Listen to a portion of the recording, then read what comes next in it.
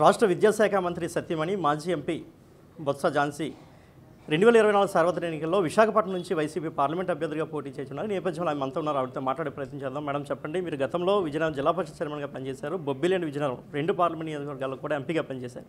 ఇప్పుడు విశాఖ నుంచి పోటీ చేయడం గల కారణం ఏంటి? పార్టీ ఎప్పుడు ఏది ఎక్కడ ఎవరిని పెట్టాలో వారికి బాగా తెలుసు.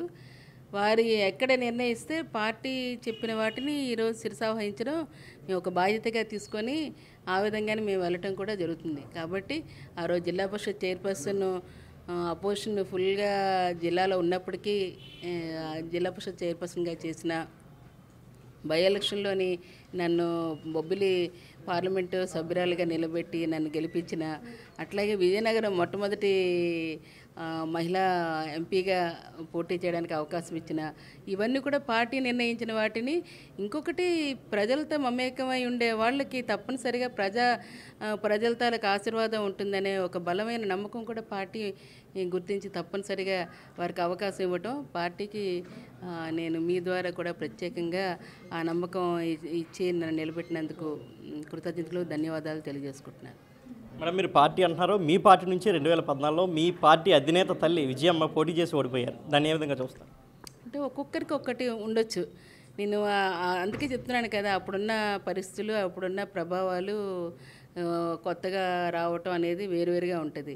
అయితే నేను ఇప్పటికే బొబ్బిలి ఎంపీగా ఉండేటప్పుడు 3 జిల్లాలకి ఎంపీగా ఉన్నాను. జిల్లా పరిషత్ చైర్పర్సన్గా ఉండేటప్పుడు అనేకమైనవి కలిసికట్టుగా అక్కడ జిల్లాకు సంబంధించిన ఉమ్మడి ప్రణాళికల్లోనూ కూడా చేశాను. అంతేకాకుండా నేషనల్ రూరల్ ఎంప్లాయ్మెంట్ గ్యారంటీ ప్రోగ్రాంలో నేషనల్ వైడ్గా చేసినప్పుడు యావత్ భారతదేశంలో కూడా మెంబర్గా ఉండి దాంట్లో ఎక్కడెక్కడ ఏవి కావాలో మరి మహాత్మా గాంధీ జాతి గ్రామీణ ఉపాధి హామీ పథకాన్ని 100% ఇంప్లిమెంటేషన్కి చైర్పర్సన్గా చేసి దానికి సంబంధించిన వాటన్నిటిని కూడా ఈరోజు అందరితో మమేకమై కలిసి గ్రామ స్థాయి నుంచి కూడా అందరూ ఎక్కడెక్కడ ఏ అవసరాలు ఉన్నాయో తెలుసుకొని వెళ్ళి చేయగలిగాను. అంతేకాకుండా నేను జనరల్ సెక్రటరీగా గతంలో ఉండేటప్పుడు చేసి పార్టీ క్యాంపెయినింగ్ దిశగా ఇప్పుడు నా రాజకీయ అరగ్రేయడం మొదలుపెట్టిన దగ్గర నుంచి మరి రాష్ట్ర వ్యాప్తంగా చేయడానికి కూడా అనేక మార్లు వెళ్ళాను. కాబట్టి అన్ని ప్రాంతాలు అక్కడ ఉన్న అవసరాలు, వాటి సమస్యలు కొంత అవగాహనతోనే వెళ్ళిందాన్ని. కాబట్టి ఖచ్చితంగా ఇంకా మారుతున్న కాలానికి అనుగుణంగా ప్రజా అవసరాలను దృష్టిలో పెట్టుకొని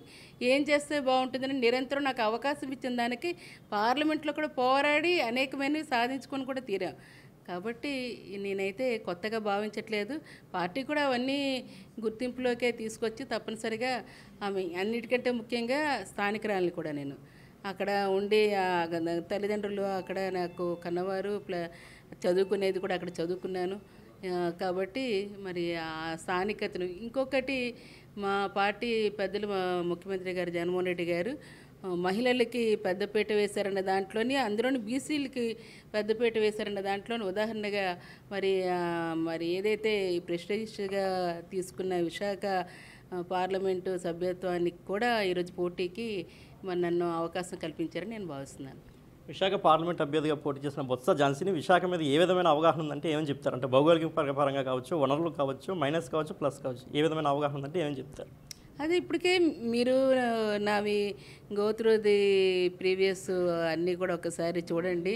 దాంట్లో పార్లమెంటు మీరు దీనికి వెళ్ళి వెబ్సైట్లోకి వెళ్తే బొత్స ఝాన్సీ ఏం రేస్ చేసింది, ఉత్తరాంధ్ర గురించి ఏం పోరాడింది, ఏ వాటి మీద ప్రత్యేక దృష్టి సారించింది, ఈరోజు మనకున్న ఈ ప్రాంతంలోని ఏ అవసరాల గురించి ప్రత్యేకత వాటి దృష్టిలో చెప్పాను. తీర ప్రాంతంలో అవసరమైన వాటిని, అక్కడ ఉండే వాళ్ళ పరిస్థితులు, అంతేకాకుండా ప్రత్యేకంగా సెక్యూరిటీ లాంటి వాటిని కూడా ప్రత్యేకంగా తీసుకొని చేయటం, రైల్వే అది మనకి ట్రాన్స్పోర్ట్గా అవసరమైన వాటిని తీసుకోవడం, అలాగే ఏవైతే బీఆర్టీఎస్ అటువంటి వాటిని కూడా లైన్స్ కూడా కావాలని చెప్పేసి అర్బన్ డెవలప్మెంట్ కమిటీలో చేయడం, డీసెలినేషన్ ప్లాంట్ గురించి భీమిలీలోని ఇమ్మనమని ఉప్పు నీరుని మంచినీరుగా మార్చి మా ప్రాంతానికి మంచినీరు కల్పించమని చెప్పేసి అది ప్రాజెక్ట్ రూపంలో దాల్చాలని చెప్పేసి వాటిని కూడా తీసుకొచ్చి రేస్ చేయటం, దాంట్లో కొంత సఫలీకృతం అవటం. అంతేకాకుండా ప్రత్యేకంగా ఏవైతే ఉన్నాయో ఇక్కడ ఎంప్లాయ్మెంట్ జనరేషన్ గురించి కూడా యూత్కి అవసరమైన ప్రత్యేకమైన ట్రైనింగ్ ప్రోగ్రామ్స్, కొత్త కోర్సెస్, యూనివర్సిటీకి అవసరమైన కొత్త కోర్సెస్ని ఏర్పాటు చేయడంతో పాటు మౌలిక వసతులు కూడా ఏర్పాటు చేయడానికి యూనివర్సిటీలోని అనేకమైన హాస్టల్స్ దగ్గర నుంచి కొత్త కోర్సులు పెట్టడం వరకు పార్లమెంట్లో రేస్ చేసి వాటిని కూడా తీసుకొని రావటం, అటు యువతకు కానీ అట్లా రైతాంగానికి సంబంధించి మనకి ఏవైతే ఉన్న పూర్తిగా ఇంకా పోలవరం అనేది పూర్తిగా దాన్ని కూడా తీసుకురావాలి. దానికి సంబంధించిన దానితో పాటు అక్కడ ఉండే ఇంకా ఏవైతే నీటి వనరులు ఉన్నాయో వాటిని కూడా త్రాగునీరు, సాగునీరు కూడా దృష్టిలో పెట్టి దాన్ని మా పెరుగుతున్న జనాభాకు అనుగుణంగా వాటిని తీసుకురావాల్సిన బాధ్యత కూడా ఇంకా అటువంటివి కూడా ఉన్నాయి. కాబట్టి వాటిని దృష్టిలో పెట్టి తీసుకుని వెళ్ళాల్సి ఉన్నాయి. ఇవన్నీ ఉపాధి, ఉద్యోగం అనేది ఒకటే కాకుండా మహిళా సాధికారత కోసం పూర్తి స్థాయిలో, అట్లాగే నేనున్న టైంలోనే ఎక్కువ అంగన్వాడీస్ కూడా కొత్తవి, పిహెచ్సిలు కూడా కొత్తవి, సబ్ సెంటర్స్ కూడా కొత్తవి, అటువంటివి కూడా నేను ఆ కమిటీలో ఉన్నాను.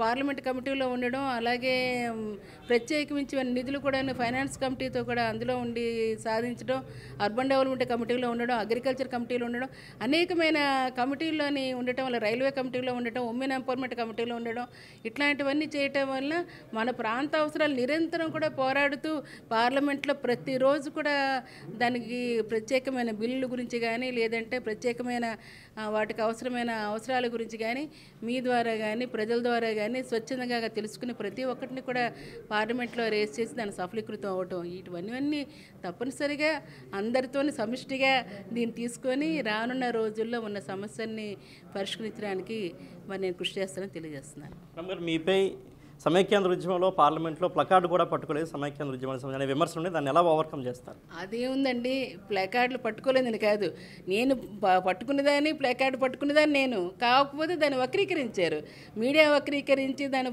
పట్టుకోలేదు అని వక్రీకరించిన దాన్ని నా మీద కొంత దురుద్దేశంతో రుద్దారు తప్పితే ప్లకార్డులు పట్టుకోలేదనే పరిస్థితి లేదు. అలాగే దాన్ని కట్టుబడి ఉండబట్టే కదా ఆ రోజు మాకు మ్యాండేటరీ ఇవ్వలేకపోయారు. నేను కూడా అలాగా దాన్ని సంబోధించలేదు, నేను దాన్ని యాంటీగా చేశానంటే నాకు ఓట్లు పడేవి కదా ఆ రోజు. మరి అందుకనే దాన్ని మీరు కూడా తెలుసుకోవాలి. అవి ఎవరో చెప్పారని కాదు, కొంతమంది ఉంటారు మరి ఆ టైంలో కరెక్ట్గా వచ్చిన టైంలోని నా చేతిలో ఉన్నది ఇంకో నాకంటే పెద్ద ఆయన అడిగారు, అమ్మ నాకు ప్లేకార్డు కావాలంటే నా చేతిలో ఉన్నది వారికి ఇచ్చాను. ఈ లోపలే వాళ్ళు ఏమన్నారంటే మేడం ప్లేకార్డు కూడా పట్టుకోలేదు అనే దాన్ని పెట్టారు. నాకు వాయిస్ ఉంది కదా, నేను గట్టిగా వాయిస్తో అపోజ్ చేశాను, వాళ్ళు ప్లేకార్డు పట్టుకొని చూపించారు నాకంటే పెద్ద ఆయన. అంతకన్నా మించింది అక్కడ ఏం జరగలేదు. ఆ చిన్నదాన్ని కమ్యూనికేషన్ గ్యాప్ని దాన్ని పెద్దగా చేసి చూపించారు భూతద్దంతో తప్పితే నేను ఇప్పుడు కూడా అటువంటి దానికి యాంటీగా నేను పెట్టుకొని చేయలేదు. ఒకటి మన రాష్ట్ర అభివృద్ధి, మన ప్రాంత అభివృద్ధిని మాత్రం ఖచ్చితంగా 100% కూడా నేను దాన్ని స్ట్రాంగ్గా సపోర్ట్ చేస్తూ వచ్చాను. దానికోసం నేనే కాదు, మరి ఇప్పుడు ప్రతిపక్షంగా ఉండేవారు కానీ ఇంకో ఇతరత్ర కానీ ప్రత్యేక ప్యాకేజీలకే మరి తలొగ్గి మరి దాన్ని పక్కన పెట్టారు. నా మీద అనడం అనేది కేవలం మరి వాళ్ళకి చేసిన కల్పన అని చెప్పి నేను భావిస్తున్నాను. విభజన హామీలో భాగంగా కేంద్ర ప్రభుత్వం మనకి ఎంతవరకు రైల్వే జోన్ ఇవ్వలేదు, అదేవిధంగా విశాఖ స్టీల్ ప్లాంట్ని ప్రైవేటీకరణ చేస్తున్నారు, దానిపై మీ స్టాండ్ ఏంటి? అంటే ఇది టెక్నికల్గా అన్నీ జరగాల్సిన కార్యక్రమం అండి. చెప్పాను మీకు ముందుగా ఒక జోన్ చేయాలంటే జోన్కి కావాల్సిన ఇన్ఫ్రాస్ట్రక్చర్ అంతా వాటికి అవసరమైనవన్నీ చేయాలి. దాన్ని దశల వారీగా వాటికి అవసరమైన ఈ ఫైనాన్షియల్ ప్లానింగ్ ఉండాలి. ప్రాపర్ ప్లానింగ్తో పాటు ఆ బడ్జెట్ అలొకేషన్ దానికి అవసరమైనవన్నీ ఇవ్వగలిగితేనే అది అక్కడ పెట్టి విజయనగరంలో కూడా ఎక్కడెక్కడైతే రైల్వే అసెట్స్ ఉన్నాయో వాటిని ఉపయోగించి లోకో షెడ్స్ వరకు అక్కడ వెళ్ళారు. అదే వాటిని మనకి ఇక్కడ కావాల్సిన వ్యాగన్స్ ఇతరత్ర వాటిని తయారు చేసే వాటిలోని ఇండస్ట్రీ కింద మనకి ఇక్కడ పెట్టడం వల్ల మన రైల్వే సైట్లు కూడా ఉపయోగపడతాయి, ఎంప్లాయ్మెంట్ వస్తుంది, యాజ్ వెల్ యాజ్ దానికి అవసరమైన దాన్ని మనం తెచ్చుకున్నామనే దాంతో వాటిని ఇవ్వడానికి ఎక్స్టెండ్ చేస్తారు. అది మానేసి ఏదో కంటి చుడుపుగా దాన్ని పెట్టి మేం చేసాం అవని హంగామా చేసుకుని వెళ్ళిపోవటం అనేది కాదు. కాబట్టి రైల్వే జోన్ అనేది అన్నిటితో ముడిపడి ఉన్నది కాబట్టి వాటన్నిటిని కూడా మన దశల వారీగా వాటిని మంజూరు చేయించుకొని దాన్ని పూర్తి స్థాయిలో తీసుకొస్తే నిజమైన రైల్వే జోన్ తెచ్చిన వాళ్ళం అవుతాము, మన ప్రాంతానికి మనం తోడ్పడిన వాళ్ళం అవుతాము. ఆ దిశగా వెళ్ళడానికి మనం అడుగు వేయాల్సిన అవసరం అయితే ఉంది. మీ ఫ్యామిలీ అంతా విజయనగరంలో పోటీ చేస్తున్నారు, అంటే మీ భర్త మీ బొత్స సత్యనారాయణ గారితో కలిపి. సో మీరు ఒక్కరే వైజాగ్లో పోటీ చేస్తున్నారు, ఎలా ముందుకెళ్ళే అవకాశం? నేను ఎప్పుడూ ఒక్కదాన్ని అనుకోను. విశాఖ ప్రజలందరితోనే నేను ఆడబడిచిన కాబట్టి ఆ ప్రజలందరి మద్దతు కూడా ఖచ్చితంగా వారి మధ్యలో ఒక కుటుంబంలోనే నేను కూడా ఉంటాను, నేను చేస్తాను అనే భావంతోనే నేను ఈరోజు నాకు అధిష్టానం ఇచ్చిన దాన్ని శిరసావహించి నేను కూడా చేస్తున్నాను. ఖచ్చితంగా అటు పార్టీ కానీ అక్కడున్న స్థానికంగా ఉండే బంధువర్గము కానీ అలాగే హితులు సన్నిహితులు స్నేహితులు అందరూ కూడా ఉన్నారు, పెద్దలు అందరూ ఉన్నారు. వారందరి సహాయ సహకారాలతో అందరినీ కట్టుకొని అన్ని వర్గాల వారితోని అటు మహిళలు కానీ యువత కానీ అట్లాగే ప్రత్యేకంగా అన్ని ఆర్గనైజేషన్లు కానీ అలాగే ఎన్జిఓస్ని ఎన్నో రకాలుగా వారికి అనేక కార్యక్రమాలు నేను ఎంపీగా ఉండేటప్పుడు అందరితో కోఆర్డినేట్ చేసుకుని ఉత్తరాంధ్ర అనే మాట నినాదమే తీసుకుని వెళ్ళాను. కానీ ఏ రోజు కూడా పార్ట్ ఆఫ్ ది విశాఖపట్నం శ్రీకాకుళంకి విజయనగరం ఏర్పడింది కాబట్టి ఈ విజయనగరం ఎక్కడి నుంచి వచ్చింది కాదు, విశాఖపట్నం నుంచి శ్రీకాకుళం నుంచి వచ్చింది కాబట్టి నాకు రెండు వైపులు కూడా ఇది మన సొంతం. ఈ మూడు ఉత్తరాంధ్ర ఆడబడుచుగా ఉన్నాను కానీ నేను కేవలం విజయనగరం ఆడబడుచుగా లేను కాబట్టి తప్పనిసరిగా నాకు విశాఖపట్నం ప్రాంతవాసులు ఒక మహిళగా బీసీ మహిళగా మరి ఖచ్చితంగా అందరినీ కూడా కట్టుకొని వెళ్ళి వారి సహాయ సహకారాలతోని మరి రేపు తప్పనిసరిగా వారి ప్రజా ఆశీస్సులు తీసుకొని విజయ దిశగా ముందుకు అడిగేస్తారని భావిస్తున్నాను. వైసీపీ ప్రభుత్వం వచ్చాక విశాఖలో వనరులను దోచుకుంది, ముఖ్యంగా రుచికొండ బోడికొండ చేసిన విమర్శలు ఉన్నాయి. ఇది మీకు మైనస్గా మారే అవకాశం లేదా? నేనైతే అవన్నీ వాటి గురించి ఇంకా విమర్శలు అయితే విన్నాను, కానీ అది వాస్తవం. ముందుగానే వాటిని స్టార్ట్ అయ్యావనే విషయాన్ని కూడా అందరికీ తెలుసు. ఇప్పుడువి కాదు, అంతకుముందే వాటిని రిసార్ట్స్ కింద వేరే విధంగా కూడాను మరి తెలుగుదేశం ప్రభుత్వంలో జరగడం కూడా జరిగాయి. మరి వాటిని హైలైట్ చేయట్లేదు కానీ ఓన్లీ అక్కడ ఉండే క్యాంపు గురించి వాటి గురించి పెట్టుకునేటప్పుడు క్యాంప్ ఆఫీస్ గురించి వాటి గురించి పెట్టుకునేటప్పుడే వీటన్నిటిని విమర్శల కింద తీసుకొస్తున్నారు. కాబట్టి దీన్ని ఒక్కసారి ప్రజలు కూడా ఆలోచిస్తారు. ముందు జరిగినప్పుడు రిసార్ట్స్గా జరిగినప్పుడు లేని దాన్ని ఈరోజు క్యాంప్ ఆఫీస్ పెడితే ఎందుకు ఇటువంటి వస్తున్నాయని వారు తెలుసుకొని ఏది మంచో చెడో విద్య గల అందరూ చదువుకున్న మేధావులు కూడా ఉన్నారు కాబట్టి తప్పనిసరిగా ఇదైతే పాజిటివ్గానే తీసుకుంటారని భావిస్తున్నాను. బలమైన టీడీపీ జనసేన కూటమిని బొత్స ఝాన్సీ ఏ విధంగా ఎదుర్కోబోతున్నారు? బలం అన్నది బలహీనత అనేది ఇక్కడ రెండు ఉంటాయి. ఏదైతే ప్రజలతో మమేకమయ్యే వాళ్ళకి ఎప్పుడు కూడా ప్రజా సమస్యలు తెలుసుకొని ప్రజలకు అందుబాటులో ఉండి ప్రజల పట్ల ఎప్పుడు నిలబడే వాళ్ళకి ఎప్పుడు కూడాను ప్రజలు ఆదరిస్తారు కాబట్టి అది నిజమైన బలం. మాటల్లోని చేతల్లోని ప్రజలు అక్కడికి వచ్చిన ఏవైతే మా పట్ల ఎక్కువ మంది వచ్చారు అని చెప్పుకుంటే అది బలం కాదు. సో మాకైతే నిజమైన ప్రజాభిమాన బలంతోనే ఖచ్చితంగా మేము ఈ పార్టీలోని నిజమైన బలమైన పార్టీగా ఈరోజు ముందుకు వెళ్ళి విజయావకాశాలు అందిపుచ్చుకుంటానని తెలియజేస్తున్నాను.